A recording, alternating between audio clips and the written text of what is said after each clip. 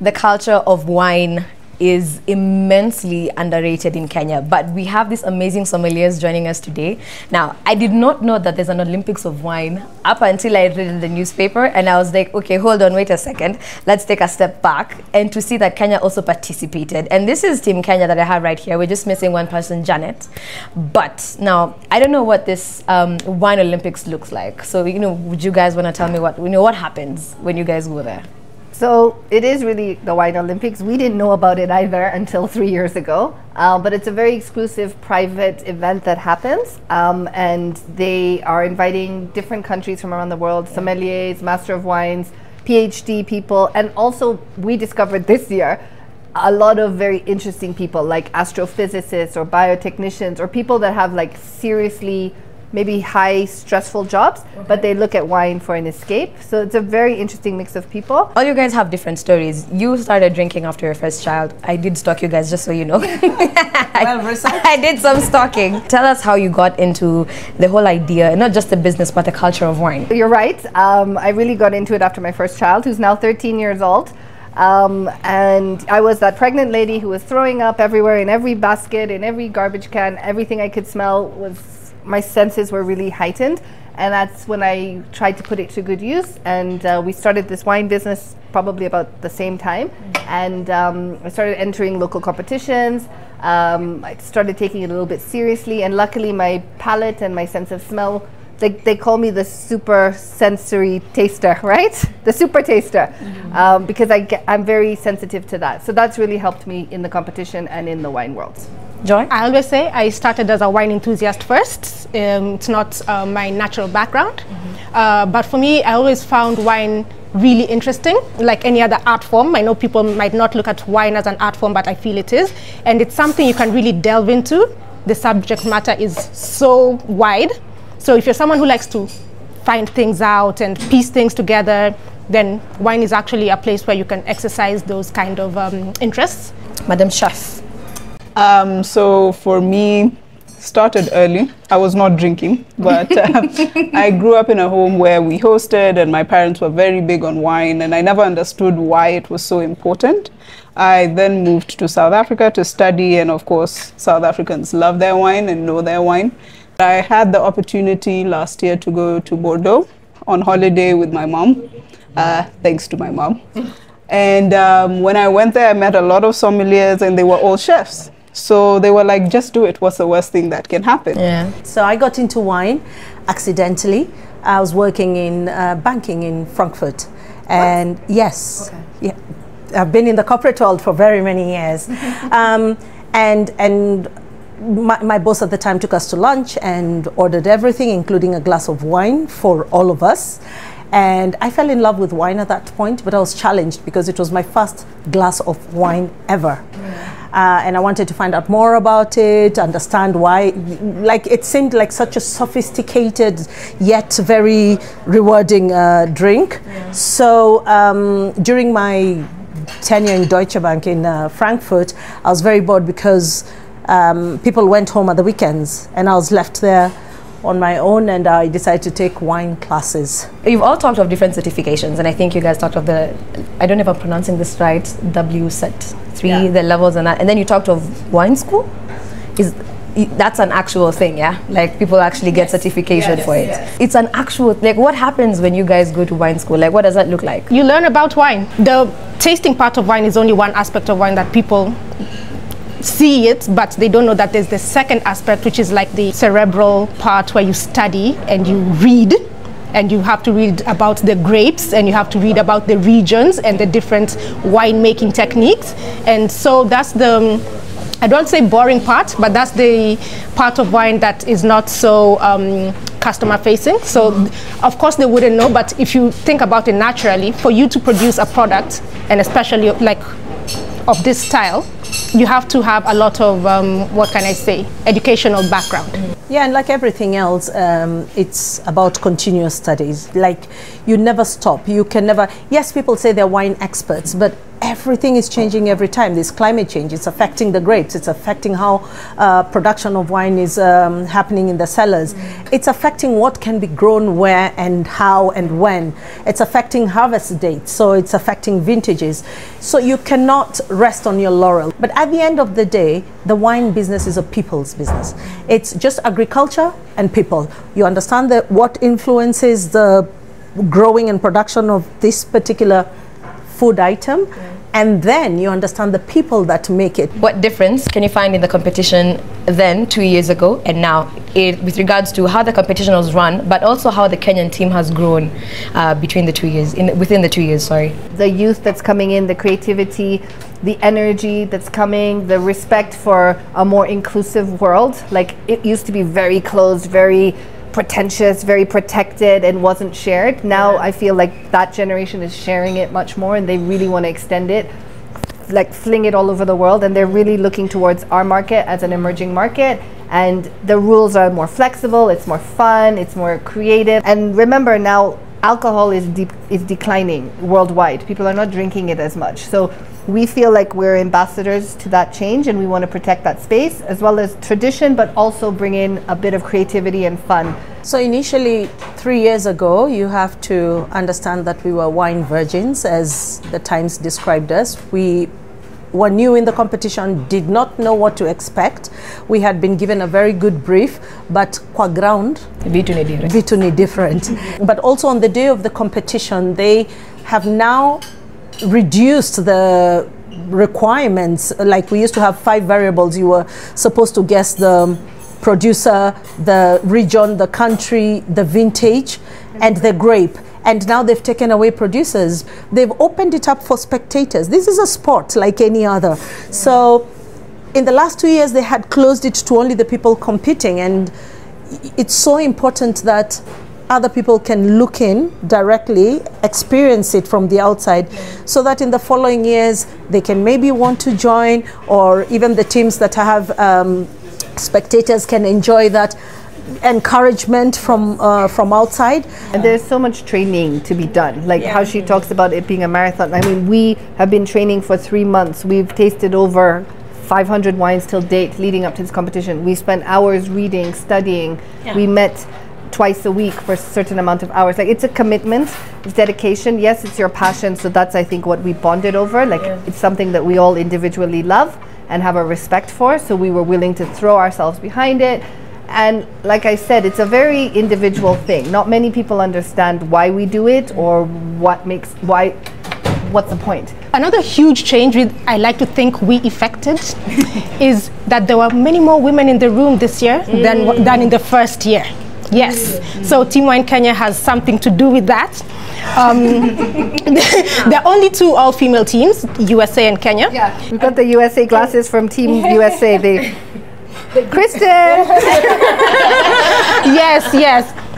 And so I noticed this year, last year and this year even more so, there are many more women. Yeah, and I hate to say this on record, but it must be said. When you look at the room from the outside as a spectator, it's very white male. Even though we say there's a lot more females now, it's like specks of dust sprinkled around the room.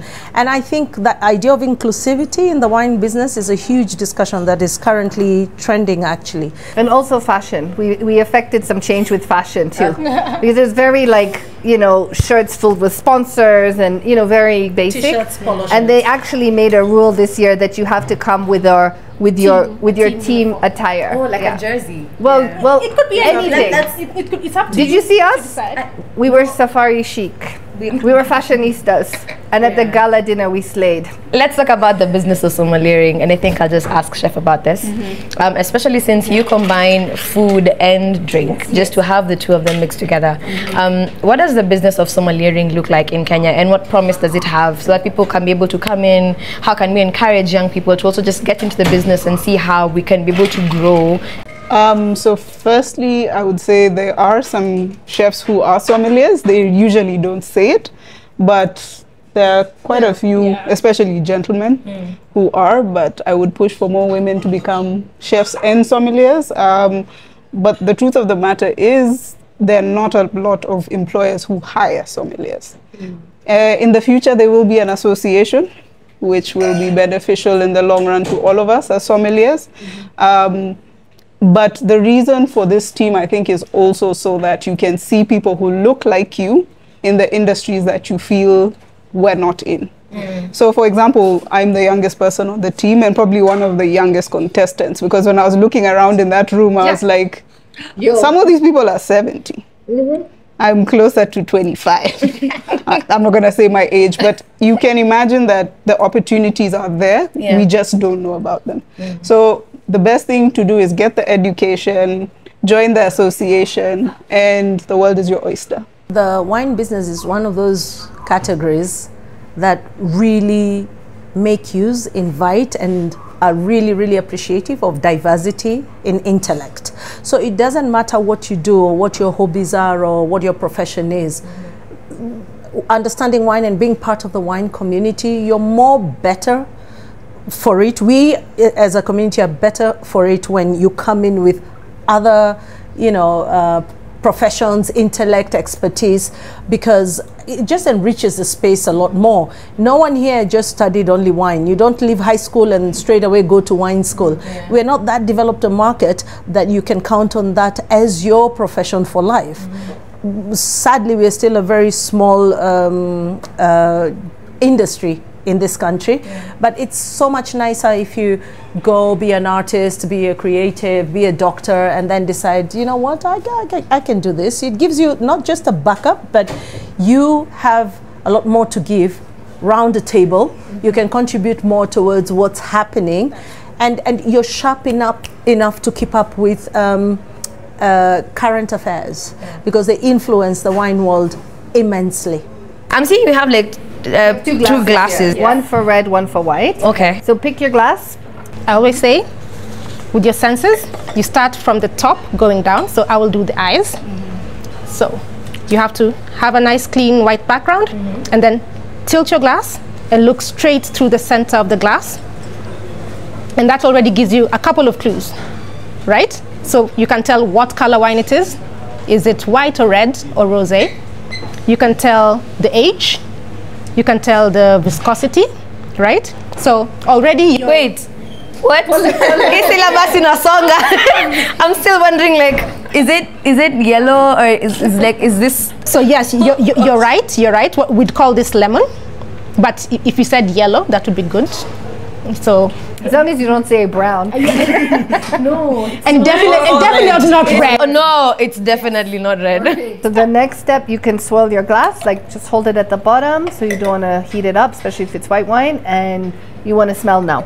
So stick your nose deep in the glass, take like a big yoga breath. Wait, I need to remove your glasses.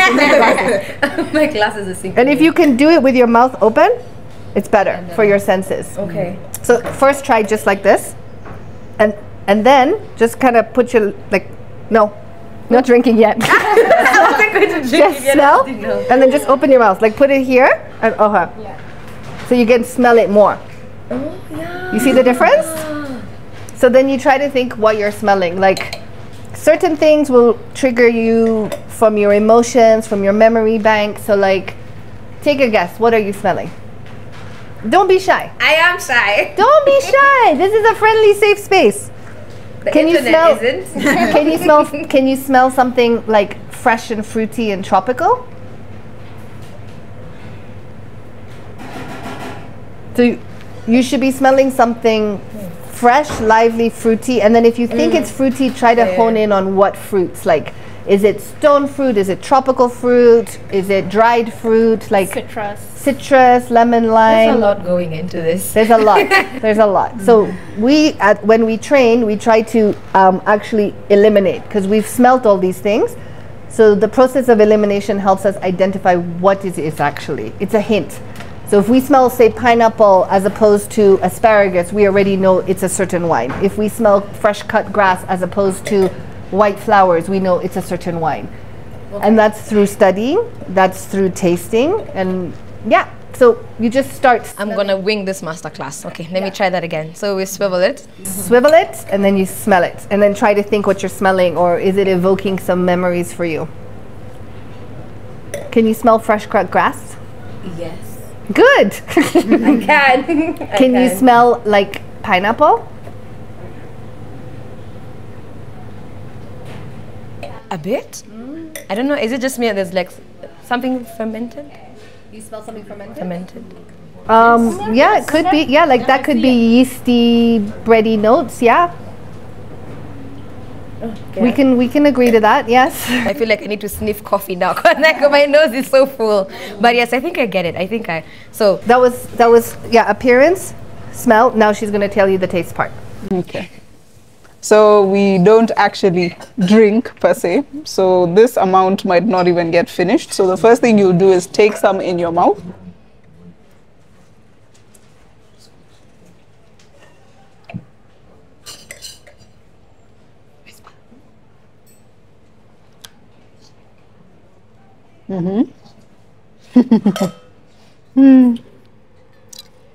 You can choose to swallow or spit. I think it's gonna go down. This is here in case you want to spit. Waste not, wants not. So the reason we swirl in the mouth is to allow for all the parts of your tongue to be able to taste the flavor profiles, plus the top of your palate. So different parts of your mouth will taste different things. More so for red wine, when we're doing like the competition, there are certain things we're looking for. For example, with a cab, there will be what we call a hole in the center of the tongue. So you remember when you were in like, I think it's primary or high school, and they showed you the tongue and how different parts of your tongue taste different things. Salt, sugar, sour. So for you, what did you taste? What was the first thing you tasted when you swirled it in your mouth? So it's on the edges of my tongue and a bit on the tip. Okay. And also maybe a bit on the top, but not in the middle. Stop, guys. So what we're looking for is fruit concentration. Usually from the nose or from the palate, you'll be able to taste the wine making style. So there are different styles. There's barrel, there's oak, there's lees, there's malolactic fermentation. This is why we say it's not as simple as just drinking the wine. There's a lot of thought and study that goes into it. So, for example, when you're talking about fermentation, that most probably is alcoholic fermentation. More so if you get like buttery notes or creamy notes, that might be mallow, or it might even be a barrel that they've put it in.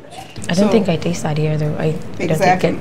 So you see, the more you learn, the more you're like, okay, I can identify that it's not this and it's this. Could you taste any fruits, or would you like to taste it again? I think we got this part down. I think we got this part down. So what fruits? Did you taste any fruits? Don't overthink it. Go with your gut. Go with your gut. Oh, you mentioned the pineapple, so it's kind of in my head and I can kind of find it now. I think that's as far as my palate is going. So there's pineapple, there's unripe citrus. Those are the type of flavors that you would get. And I'll leave the last part to Victoria to explain to you. First, your taste is yours, and you know you have to be very confident with what it is that you're picking up, because you're the one who's experienced different fruits than I have, etc., etc. So you must be confident with your subjectivity. So even if you sniff the wine and say, I smell grapes, I taste lemon and grapes, you're right. If you say you taste liquids, you're right. Maybe 5 of us in this team have not tried liquids before. So that's a very key characteristic of being a team member. Like, you have to have the confidence to call what it is that you're tasting. To answer your question on how people can appreciate wine, you want at the end of this process to evaluate what the quality of the wine is and how much you like it. So how do you evaluate the quality of the wine? By the length of the, how long the flavors last in your palate and how much enjoyment it gives you. The other thing is the quality of the fruit, the intensity of it, and also how long it lasts. There's a wine for everybody. If you haven't, if you say you don't like wine, I always tell people you just haven't found the wine you like. Yes. So just keep tasting, because you don't have to love every wine. Nobody loves, even around this table, loves every wine. Everyone has their specific taste. So keep tasting, keep trying. One day you're going to find a wine when you say, this is the one. And while you're trying, you must also eat and keep hydrating. Food as well influences how wine tastes, and wine influences how good food tastes. So the two are like a match made in heaven. So if you like your, like in my case, I really love githeri. And my criteria for determining how much I like a wine is, can it pair with my githeri or my rice and beans? That's the criteria, because I don't eat. It's a bold combination. It's a very bold combination. No, you'd be surprised. Like every day. Yeah, it works. So I must be able to enjoy my glass of wine with my meal or after my meal. I think the reason why I'm shocked is because we don't have that particular drinking culture, especially in-house. I think alcohol for Kenyans is a party thing where I'll go out, I'll go for a concert, I'll go hang out with friends, then I'll come back home and I'll have my maji, my soda, my juice or whatever. So I think it's a thing that's mainly been cultivated in the Western world, because I know visiting places like that would be, they have food on the table and it's like mac and cheese, and then there's wine that you can pick from it. Yes. So, Chef, I think this is going to be my last question before we do our closing remarks. Okay. There's different types of wine as well. Apart from the wine that we'll put in glasses, there's some that will also cook with the food. So does sommeliering also encompass that particular idea of pairing wine and food? To be honest, I don't believe in the concept of using the most expensive bottle to cook with. And we're lucky enough to have good importers in this country who import very good wines, quality wines. And if you're not a chef, they help you. At the back it says recommended pairing is seafood and this. So we need to get into the culture of learning more about what we're drinking. And we've cancelled nyama choma and Tusker. Yes. I think it's become a very common Kenyan pairing. Please don't cancel us. They are professional sommeliers. They know what they are saying. We say that because that's a cop-out. Yeah. That's a very easy thing to Maybe try like a full-bodied Malbec with your nyama choma next time. Step outside your comfort zone. I think also to just keep in mind that alcohol can become a very easy vice, and there's something that you had actually noted in an article interview that you did, where a lot of the times when people get into this business, it's very easy for them to fall off the bandwagon and drop off into alcoholism. So how is it that you get to manage that for your careers? So like I feel strongly about it. It's our profession. We take it very seriously. Anything that you do, you have to have respect for it. Like I said, it's steeped in tradition. You don't disrespect this. This is something that you appreciate. You look after your own health. You be responsible. Yeah, we don't want to lose people to depression and alcoholism. Our alcohol culture has a lot of the beers and that have been stemming from our traditional beers, changa, moratina, things like that. But headed on towards the wine side, does Kenya have potential to get into the production markets? The technical answer is that we lie on the latitude band that is outside of what they call the optimal wine producing area. So that's usually between 30 to 50 degrees, both northern and southern hemisphere. We are smack on the equator, so it's a bit warm. And so what that means is that our vines don't get the dormant period where they, during winter, kind of die off. And so they don't have the vigor to produce wine that is as sharp or as concentrated as those bands that are in the top or bottom. Now, that being said, it's not impossible. There is one commercial winery and vineyard in Naivasha. They've been producing wine for the past how many years? 20-something years, yes. So we do have a local wine producer. Even for the competition, we are supposed to carry a bottle of wine from our countries to share around the table and for the gala dinner. And we carried Leleshwa because that's what we produce. So people loved it. Yes, they did. They loved it. Yes. So it's not impossible. Difficult, yes, but who knows? With climate change, anything could be possible. Okay. Have you tasted your red? No, I haven't. Are you ready to analyze it? Let's see how well I've taken your classes and lessons to boot. So Joy taught me how to see. So, can I get another one? I kind of used mine to wipe the table down. It's not white anymore. It's not white anymore. It's red. You're already winning. There we are. So it's like playing connect the dots. Yeah, you pick up little clues along the way, and that starts driving you towards a certain direction. So it's not just a guessing game. It's organized guessing. Smell it. Now you swirl it. You should be getting some fruits, but this time now red fruits. So you have to kind of berries. Is it dark red fruit? Is it light red fruit. Is there any smoke there? Is there any like winemaker influence? No, I asked if they're dark red. Yes. Yeah, they are. Okay. Is there oak influence? Is there winemaking style here? What is the fruit like when you smell it? Is it hitting you at what intensity? So all It's clues. strong. Yeah. For sure. Like it hits with. So you get a nice smell? I get it. I get it. Let's go for the taste. So.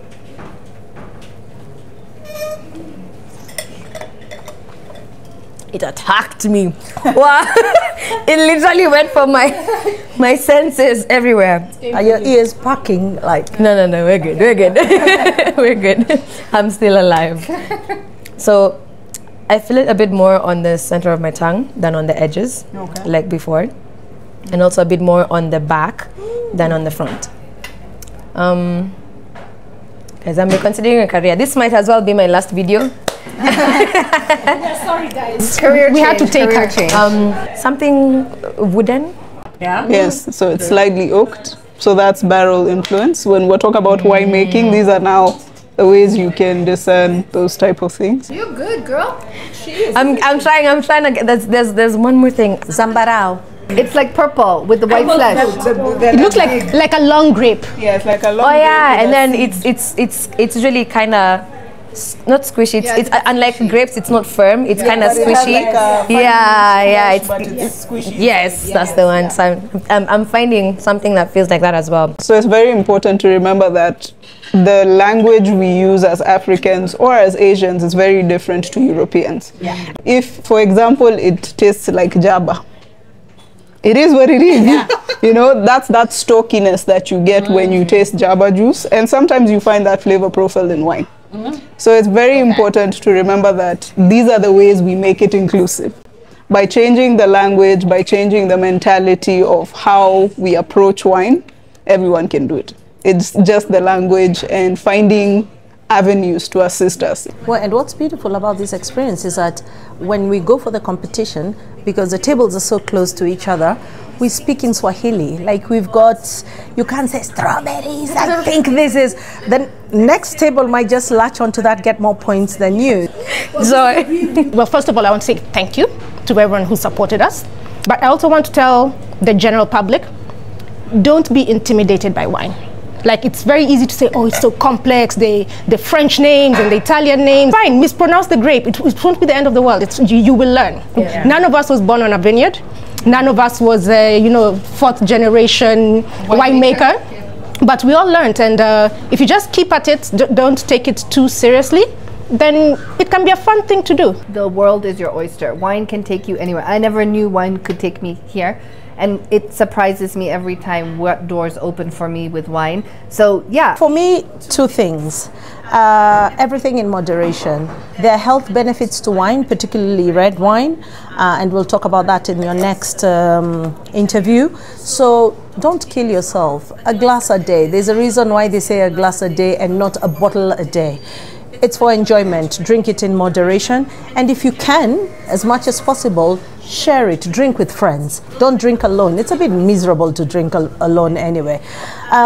The second thing is the support is not just limited to the importers, and I do love and appreciate all the importers who always come through for us, but the media, you're our voice. You're the people who amplify the category, our stories, and just the lifestyle, the culture. And without you, I don't think, there would be so much knowledge, education, and as much love for wine as a product in Kenya. So don't tire of us, and please keep supporting us, and asanteni sana. Lastly, I'd like to say thank you to everybody, be it even the small people who supported us with their personal funds. Let's not forget them. Oh, yes. Because our Mchanga has helped. Yes. On top of that, everybody who did what they could to support us, be it importers, be it cloth makers, be it just individuals who felt the need to support us in any way they could. Yeah.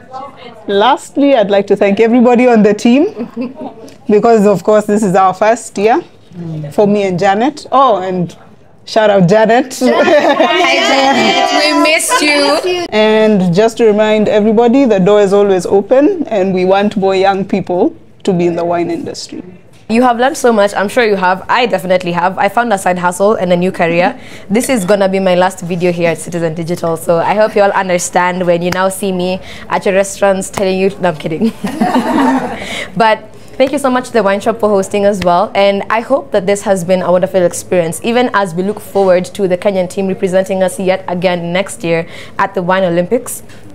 I hope we'll have a better idea of what they're going to be doing now and even be more supportive for them. So I have been your host, Lynn Dinda. Cheers. Cheers. Cheers. Thank you. Thank you. You're welcome very much.